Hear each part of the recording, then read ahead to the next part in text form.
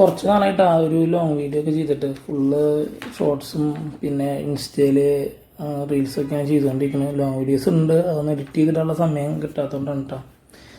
കുറച്ച് നാളായിട്ട് എല്ലാവരും ചോദിക്കുന്ന ഒരു മൂവിയുടെ OTT അപ്ഡേഷനാണ്. CID Ramachandran retired SI. ഷാജോണൊക്കെ അഭിനയിച്ച് ഒരു ഉണ്ണിച്ചാട്ടനും ഒക്കെ നല്ല നമ്മുടെ ഉണ്ണി വ്ളോഗ്സൊക്കെ നല്ല രീതിയിൽ റിവ്യൂ പറഞ്ഞ പടമാണ്. നമുക്ക് കുന്നോളം ഗുരുവായൂരും ചാവക്കാടൊന്നും ഉണ്ടായിരുന്നില്ല. ചാവക്കാടൊന്നും തിയേറ്ററില്ല, കുന്നോളം ഗുരുവായൂർ തന്നെയാണ് തിയേറ്ററുകളുള്ളൂ, അവിടെയൊന്നും ഇല്ല. പടം റിലീസ് ചെയ്തിട്ടുണ്ടായിരുന്നില്ല. തൃശ്ശൂരാണ് റിലീസ് ചെയ്തിട്ടുണ്ടായിരുന്നത്.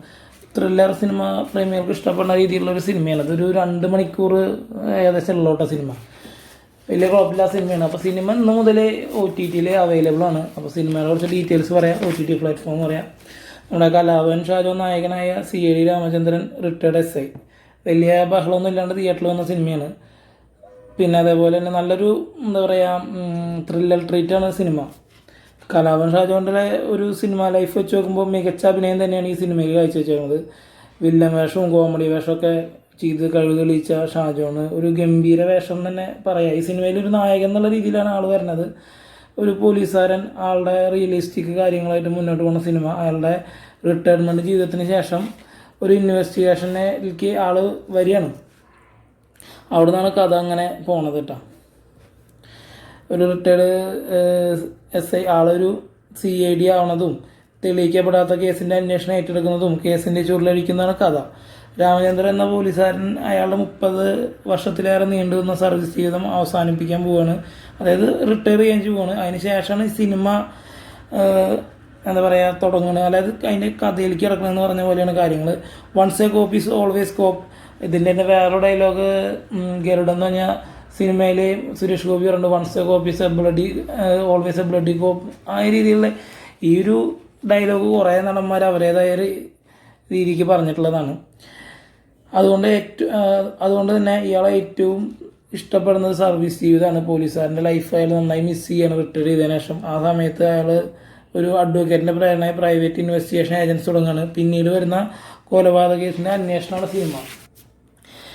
ത്രില്ലർ സിനിമയിൽ കണ്ടുവരുന്ന ഒരു ഫോർമാറ്റ് തന്നെയാണ് ഈ സിനിമയിൽ ഉപയോഗിച്ച് വെക്കുന്നത് തന്നെ.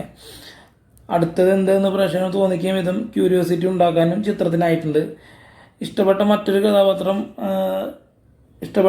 കാര്യം എന്ന് പറയുന്നത് ചിത്രത്തിൻ്റെ ക്ലൈമാക്സ് ആണ്. ഒരിക്കലും പ്രതീക്ഷിക്കാത്ത ഒരാൾ തന്നെയാണ് ചിത്രത്തിൻ്റെ പ്രതിയായി എത്തുന്നത്.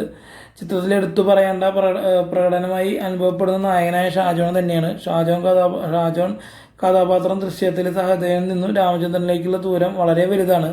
കാരണം ദൃശ്യത്തിലെ സഹദേവൻ എന്ന പോലീസുകാരൻ നെഗറ്റീവ് ഷെയ്ഡുള്ള പോലീസുകാരനാണ്. പക്ഷെ അത്യാവശ്യം കയ്യടി നേടി. പിന്നെ അതിൻ്റെ സിനിമയ്ക്ക് ഇറങ്ങിയതിനു ശേഷം മോഹൻലാൽ ഫാൻസ് വിളിച്ചിട്ട് ഭീഷണിപ്പെടുത്തിയെന്നും ചീത്ത അറിഞ്ഞെന്നൊക്കെ പറഞ്ഞ് ആൾ ഇൻ്റർവ്യൂവിൽ പറഞ്ഞു കേട്ടിട്ടുണ്ട്. കൂടാതെ പ്രധാന കഥാപാത്രങ്ങളുടെ സിനിമയിൽ എത്തിയ അനുമോള്, ബൈജു, സുധീർ കരമന, അസീസ് നെടുമങ്ങാട് എന്നിവരും അവരുടെ വേഷം നന്നായി ചെയ്തിട്ടുണ്ട്. ഇതിൻ്റെ BGM ഒക്കെ വളരെ നല്ല രീതിയിൽ തന്നെ വന്നിട്ടുണ്ട് കേട്ടോ. സിനിമയ്ക്ക് ഒപ്പം നിൽക്കുന്ന BGM കൊള്ളാം. ചെറിയ കാസ്റ്റിങ്ങും ചെറിയ ബഡ്ജറ്റൊക്കെ ഉള്ള സിനിമയാണ്. പക്ഷേ സിനിമ അത്യാവശ്യം ക്വാളിറ്റിയുള്ള സിനിമയാണ്. അത് ഈ സിനിമ കാണുമ്പോൾ പ്രേക്ഷകരെ മനസ്സിലാവുകയും ചെയ്യും. വലിയ താരനിരയോ അണിനിരയിൽ അധികം പരിചിതരായ ആളുകളോ ഒന്നുമില്ല ഈ സിനിമയ്ക്ക്. അതുകൊണ്ട് ഭയങ്കര മാർക്കറ്റിംഗ് പബ്ലിസിറ്റി അതൊന്നും ഇല്ലാത്തതുകൊണ്ടായിരിക്കും സിനിമ അധികം ശ്രദ്ധിക്കാണ്ടിരുന്നത്. പക്ഷേ സിനിമ ഇറങ്ങിയത് മുതലേ വ്ളോഗേഴ്സൊക്കെ നല്ല അഭിപ്രായം പറഞ്ഞ സിനിമയാണ് കേട്ടോ. സനൂപ് സത്യൻ ഈ കഥ എഴുതിയേക്കുന്ന സനൂപ് സത്യനാണ് കേട്ടോ. ഇന്ന് സെപ്റ്റംബർ 20 വെള്ളിയാഴ്ച മുതൽ രാമചന്ദ്രൻ റിട്ടയർഡ് SI എന്ന് പറഞ്ഞ പടം മനോരമ മാക്സിൽ അവൈലബിൾ ആണ്. അപ്പോൾ എല്ലാവരും കാണുക, അഭിപ്രായം പറയാം. Okay, bye.